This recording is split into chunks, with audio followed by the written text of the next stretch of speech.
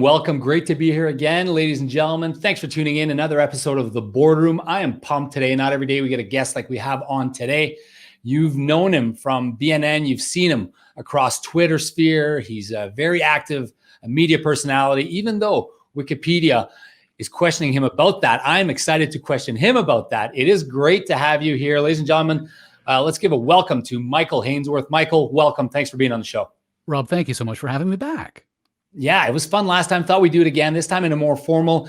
You know the format, so we're gonna hit some large topics, then we're gonna hit some 1-minute blitz, and then we're gonna take a look at the over/under at the end. The Boardroom, presented by Rob Tatro, portfolio manager here at Canaccord Genuity Wealth Management and the Tatro Wealth Advisor Group. I'm really excited to have you on here. If you want to have a no obligation consultation, go to www.speakthorob.com. Make sure to follow, like, and subscribe to all this fun stuff because we do provide great content. We're excited to bring it here. I want to ask you right off the bat here, our first topic I want to discuss, your Wikipedia page. And I read it and it says, Michael is no longer with CTV or BNN, having abruptly left mainstream media in 2018. Now, before I get to that, I want to remind you, maybe you don't remember this, but my first ever BNN interview, I believe it was 2013 or 2014, you interviewed me. And for me, it was a moment I remember. I was nervous as heck, you know, the anchor from Toronto, the big media personality. And, you know, I got on the show and I was really pumped, abruptly left in 2018. What's the story there?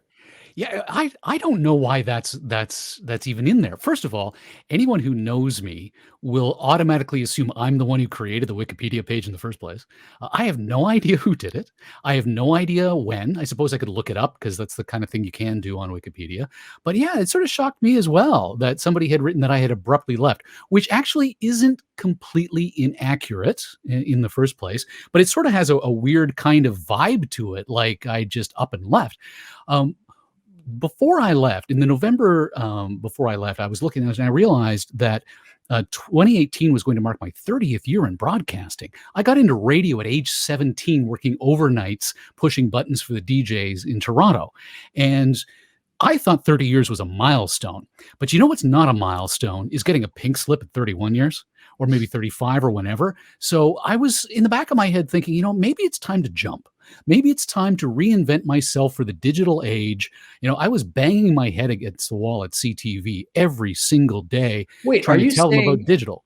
Are you saying that you were worried that you'd get a pink slip? Did I misunderstand that? No, absolutely. Like all it would take is a bean counter up at Bell Media sorting a spreadsheet a certain way and going, that guy, he's out next.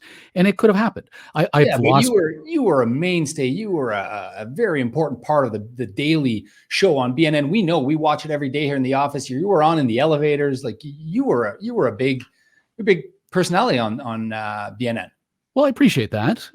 But the decisions in media don't generally get made exclusively by the people who look at the ratings. They're made by the bean counters. It's you been were like asking that for for too much money. No, that's the funny thing about it is I made more money than I ever expected to make in television. I got into radio, as I say, at 17. And slave wages is what you get paid in that line of work. As a matter of fact, when they hired me, they asked me how much I was being paid in radio, and I lied through my teeth and doubled it, and they didn't even blink. So I thought at some point a spreadsheet's going to get sorted a certain way. Decisions are going to be made. We can replace that guy with X number of other people. And so, but that was something that was going on in the back of my head. But then the other thing that came down the pike, the one that really blindsided me, was BNN and Bloomberg merged. Yeah, that was big news. I had been kicking Bloomberg's ass for 18 years up and down Bay Street. And then they went out and they came up with Bloomberg Canada, which was an absolute train wreck run by one of the people I hate the most in the industry, a horrible human being, in my opinion. And he drove that project into the ground. And then the solution was to merge with those people, merge with Bloomberg. It struck me as something I didn't want to be a part of. I had already been part of the evolution from Report on Business Television to BNN when we extricated ourselves from the relationship with the Globe and Mail. And I thought, I don't want to go down this path with Bloomberg, particularly because I was, and of everybody else who was working there, kicking the butts of this media operation, which was U.S.-centric and U.S.-based for years. And so there's a phrase, you know it, lead follow or get out of the way. And as a leader within that newsroom, I didn't feel that I could lead these people down that path. I didn't want to follow that path. And so I decided the best thing for me to do is to get out of the way. So I took actually the month of February off just to wrap my head around the idea about whether or not I could leave. I don't know about you, and I'm sure it's similar in your line of work. We're always told never to build our own self-identity based upon our job. And I did. Everybody in media does. We are what we do. And so I took an entire month off work just to figure out if I could leave it and be happy about leaving it. And then it took another month of me taking an extended time off just so the lawyers could bicker back and forth and figure out how they were going to do it. And so April 4th, 2018, I signed on the dotted line, extricating myself from my relationship on the same day that the next door neighbor's 110-year-old tree landed on my front porch. So I thought that might be a bit of a warning. But the abruptness was probably from the viewer's perspective, that I went to the Consumer Electronics Show in Las Vegas to report for my podcast, Geeks and Beats, in January, came back for a couple of weeks, and then seemed to go on vacation and never come back. So I suppose abruptly might be appropriate, but it kind of has a weird kind of tinge to it, like maybe I did something wrong. But no, it was just like a case you of, let's failed get a out. drug test or something like Yeah. that, right? Like it's Yeah, insinuating. It's a little insinuating. It seemed to be, but because it's Wikipedia, anybody can edit the page and do whatever they want with it. And the last thing I need is me editing that one word out and people going, "Oh, what was that all about?" I know some guys. We'll see if we can get that edited out for you and fix it up real good. Hey, that's right around the time I left my prior employer and joined Canaccord Genuity. Right, for me it was May 2018. So I do remember that period where you were gone. Was it John Ehrlichman that came in right after you? John Ehrlichman had arrived a little bit earlier than me. Okay. And John does some tremendous work on the network, yeah. and he continues to do so. And he's the golden boy at that shop now. I was the golden boy while I was there. He came along, and that's the thing about media, and maybe it's the same for other industries as well. There's always a shiny new toy, and he became the shiny new toy. And fine by me. I don't want to haul my ass out of bed at 3:30 in the morning just so that I can be up for the start of the markets. All right, let's hit the 1 minute quick shots. All right, first one, crypto. Do you invest in crypto? I do not invest in crypto, no. Would you ever consider doing it? Is it a bubble? I don't see it as a bubble. I've spent a lot of time talking to a lot of people about this, and there is long-term value in Bitcoin. There is short-term volatility in Bitcoin. And if you want to use it as an investment vehicle, give yourself a 10-year time frame. Okay. No, any credence to the argument that the technology itself, like for example, in Ether or in the Ethereum, that part of it is going to kind of change how we do business in other streams? Leaving the store of value aside argument. The store of value side. Okay, so the underlying technology for Bitcoin, Ethereum, and all the others is blockchain. That will become a foundational technology, just as much as electricity became a foundational technology, just as much as you don't think about the Wi-Fi in your home anymore. This will be a foundational technology. And much like the Wi-Fi in your home, much like the electricity running through the wires of your house, you don't know how it works. You don't care. It's just there and it does it. Let the geeks be concerned about how it works. Let the electricians figure out how to wire up your house. And in a similar vein, when it comes to crypto, you've got to be certainly careful if you plan to invest in it. And you certainly have to have a long time frame to deal with it. Tech investing, these large cap tech companies, the multiples that they've come up over time in this last stretch here. Is this something that you want to own long-term, like these tech companies? I don't own individual stocks. I never have. One of the rules at Report on Business Television before it was BNN is that we had to disclose our individual holdings, and therefore we're not permitted to report on anything we held individually. Right. Yeah, I don't think anyone at the shop follows that rule anymore, and they certainly don't all disclose what they do and do not own. But I have ever since only been a holder of ETFs and mutual funds, specifically to avoid that kind of appearance of a conflict of interest. Having said that, I think there is tremendous opportunity within the tech space over the course of the next 10 years in some pretty key areas. But the ones that have driven everybody higher are the ones that are seeing really high valuations right now, that we really ought to see a pause to refresh. UFOs. Reports have come out recently that they're not as kooky and crazy as, the individuals who claim to have seen them are not as crazy as it may seem. Your thoughts on UFOs and the recent development? How crazy had 2019 and 2020 been that the US government admitted to unidentified flying objects and nobody batted an Nobody eye. cares. Nobody cares. Yeah, we have UFOs. Sorry, we have these reports. We have videos. They're confirmed. No big deal, right? Aliens. Pff, I got COVID troubles. Well, first of all, let's make sure that we understand the terms. Unidentified flying object or unidentified aerial phenomenon, as the U.S. military refers to it. That is something that we don't know. The unidentified is the key part. We can't make that leap to aliens, of course. But the fact that the US government said, listen, we sat down, we figured this all out. Turns out none of us within the United States are doing any of this. It's not our gear. So maybe it's the Russians, maybe it's the Chinese. Could these be logical explanations? Possibly. But as a geek, as someone who believes in the idea that there is life out there, the general understanding within that community is not that there are little green men in a ship looking down upon us. When we look at our own technology, we are on Mars is solely inhabited by robots of human design. We will eventually step foot on Mars. But for any advanced civilization, the real way to explore the universe is to send machines out to do it. So it's possible that these UFOs are of alien origin, but the chances of them having little green men inside them are pretty slim. Yep, I hear you. Early computing. Take me through the first devices you had as a youngster, as a teenager. You know, was it a Commodore 64? Did you eventually have a 286? You probably eventually got a Pentium, I would imagine. You got an iPhone, right? I do, yeah. I've got an iPhone. Everybody seems to have one of these. This was the precursor to the iPhone. Do you know what this is? Yeah, it's like it's not a Palm Pilot. What is that? That's a Newton Message Pad 120. This is the precursor to your iPhone. And actually, it's not even that, because the iPad is the precursor to your iPhone. Steve Jobs was working on an interface for a tablet before he died. And when he saw back in 2006 the rise of the smartphone, he said, you know what, we need to repurpose this operating system from a tablet-based technology to a handheld-based technology. What year is that device that you have in your hand there? This one here, I think, is 95. Wow. What did you have before that? Before that, I had a US Robotics. Oh, damn. What were they called? It's just on the tip of my tongue. Okay. And Palm made them as well. Okay.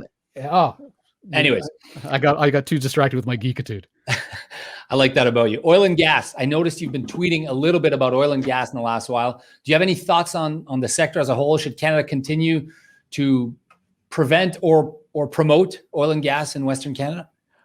I will steal everything that Eric Nuttall over at 9 Point Partners says on that topic, because he is far more cognizant of the individual moving parts than I am. But everything he says seems to sound correct to me, which is we've seen a tremendous drop off in plans to bring on new production from new locations. We are letting the wells run dry. And it is his assertion that we are not at peak oil, we are at peak supply. And that from this point forward, we are going to be running those holes into the ground. And we will find ourselves in a position where nobody wants to spend the money to put new holes in the ground. And by the time it gets to the point where we need to do that, it's going to be insanely expensive. And it's going to be a multi-year period before that kind of renewed interest in opening the wallet to spend exists. But CapEx, big CapEx, right? Huge CapEx. It is. Now is the time to do it. Money's cheap, but nobody wants to do it because of the fear of peak oil. And it's created the peak supply problem that we have right now. And then you combine it, with Russian hackers shutting down pipeline systems across the United States with a flick of a mouse. And next thing you know, we're in a position where we need to get more material to market. Hate to tell you this, but you sound like my dad. But my dad's the smartest guy I know, so that's good. Well, I'm wearing slippers just like your old man. A couple minutes here on electric vehicles. So I'm going to throw a couple things out to you. And I know you're not a stock specific guy, but I want to talk about this. Tesla market cap is 580 billion, call it 600 billion.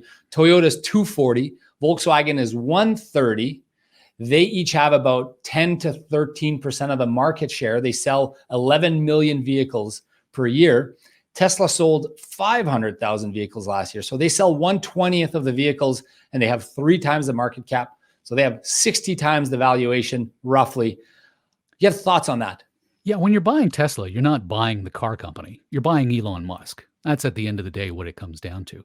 And Tesla is doing gangbusters in, of all places, China right now. I think it's about a third of their overall sales. The thing is that there are other competitors in the space, as you pointed out, a whole laundry list of them who are doing similar sort of things that Tesla is doing. GM, for example, has a relationship in China with two local car companies, and they're producing a vehicle that's not 70,000 US equivalent dollars. It's 4,500 US equivalent dollars. And I think that in and to itself says a lot about the electric car industry and the autonomous driving industry. Like this Hongyang Mini is not a self-driving car, but with Tesla, you're buying into the idea that Elon Musk is going to be the one to make the self-driving car level 5 first.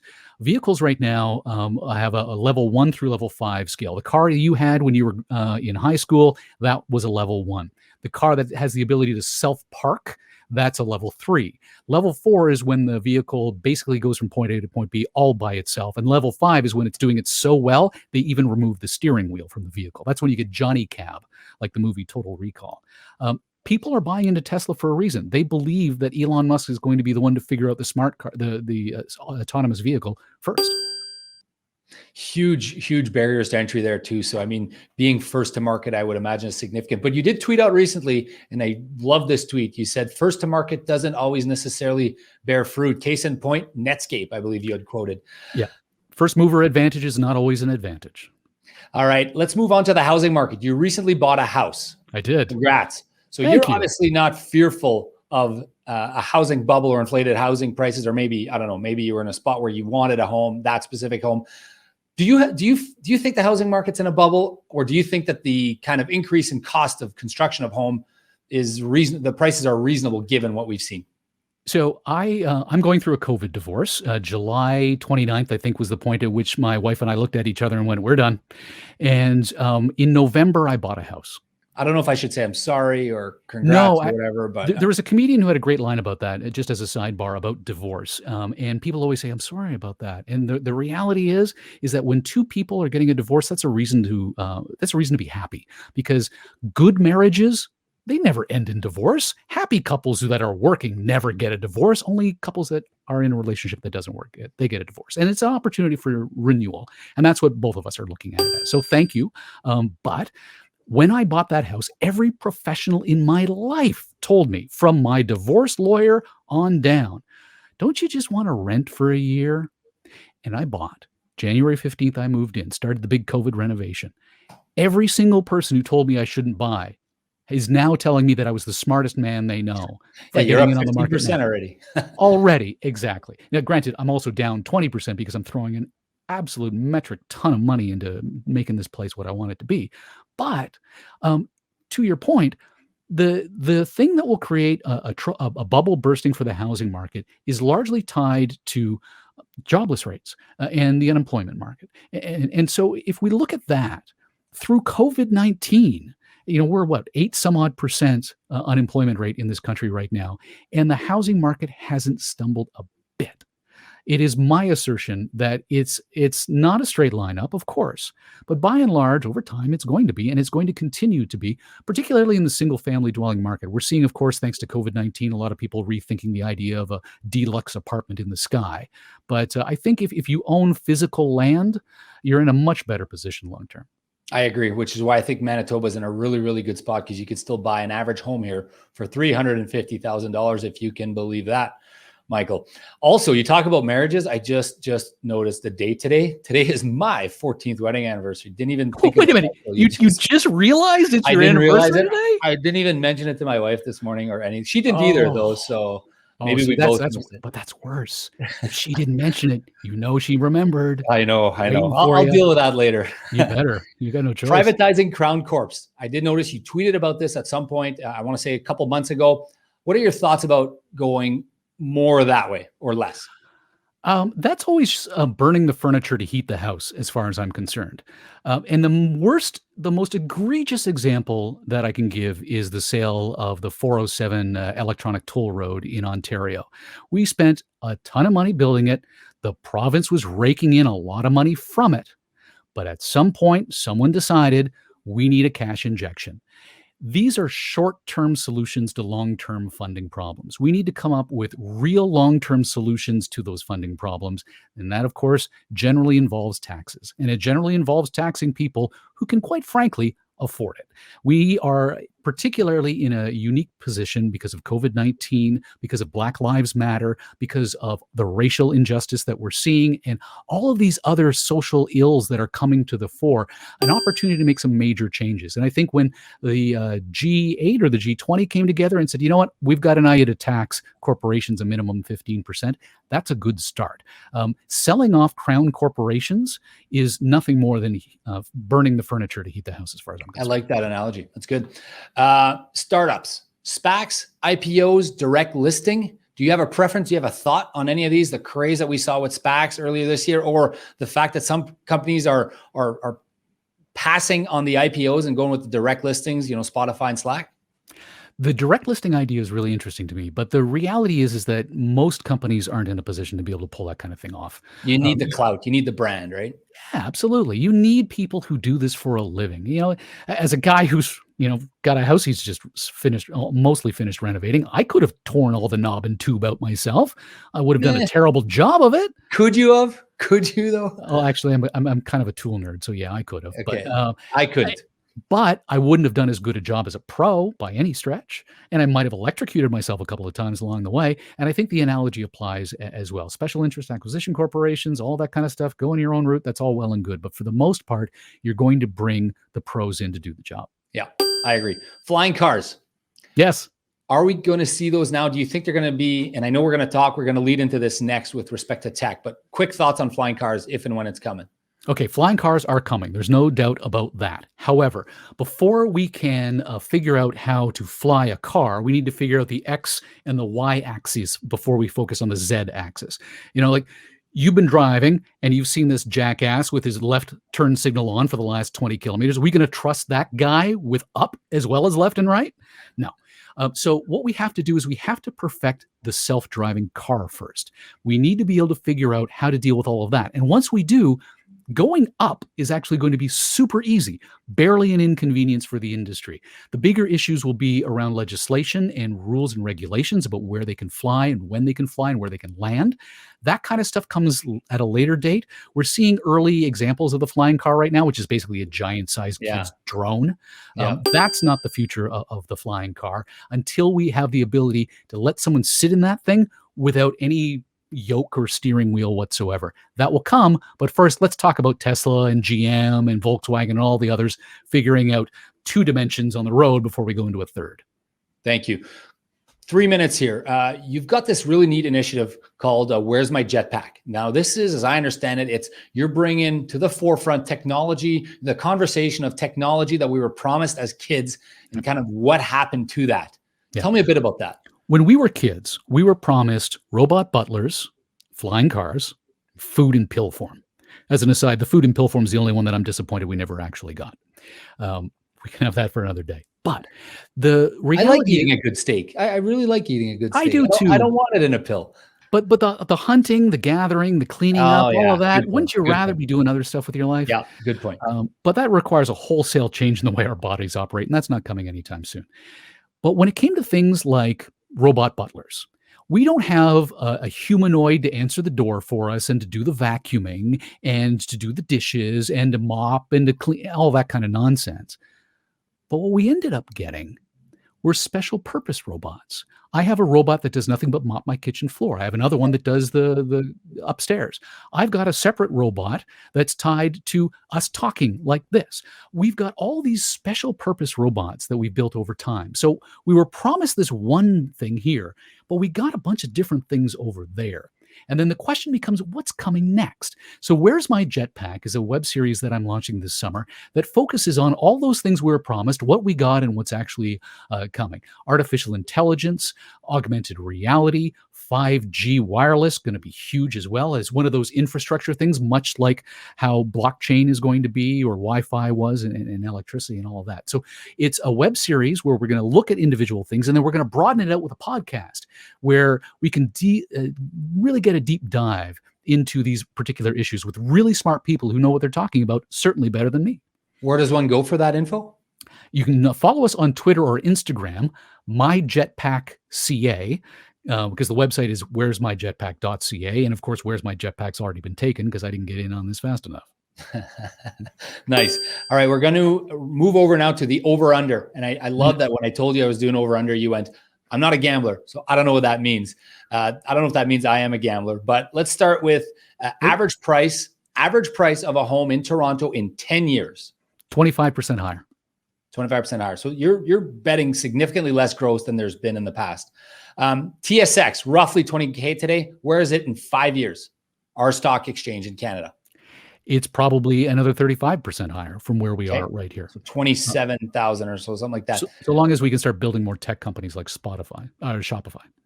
Bitcoin, 5 years. Higher.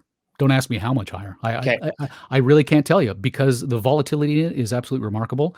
And until it becomes a true store of value and is recognized by the not only the investment community, but the Fed and others, we've got some waiting to do. First person to step foot on Mars or Venus? I don't think it's going to be Venus.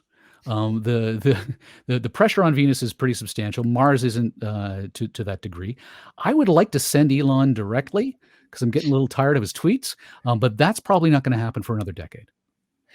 I think there's a strategy to be had. This is not investment advice for everyone watching, but I think there's a strategy to be had. Every time he goes long, you short it. And every time he goes, he criticizes something, you go long because he moves a stock 5%. He moves a crypto 5, 10, 15% just with his tweets. And we all know it's noise.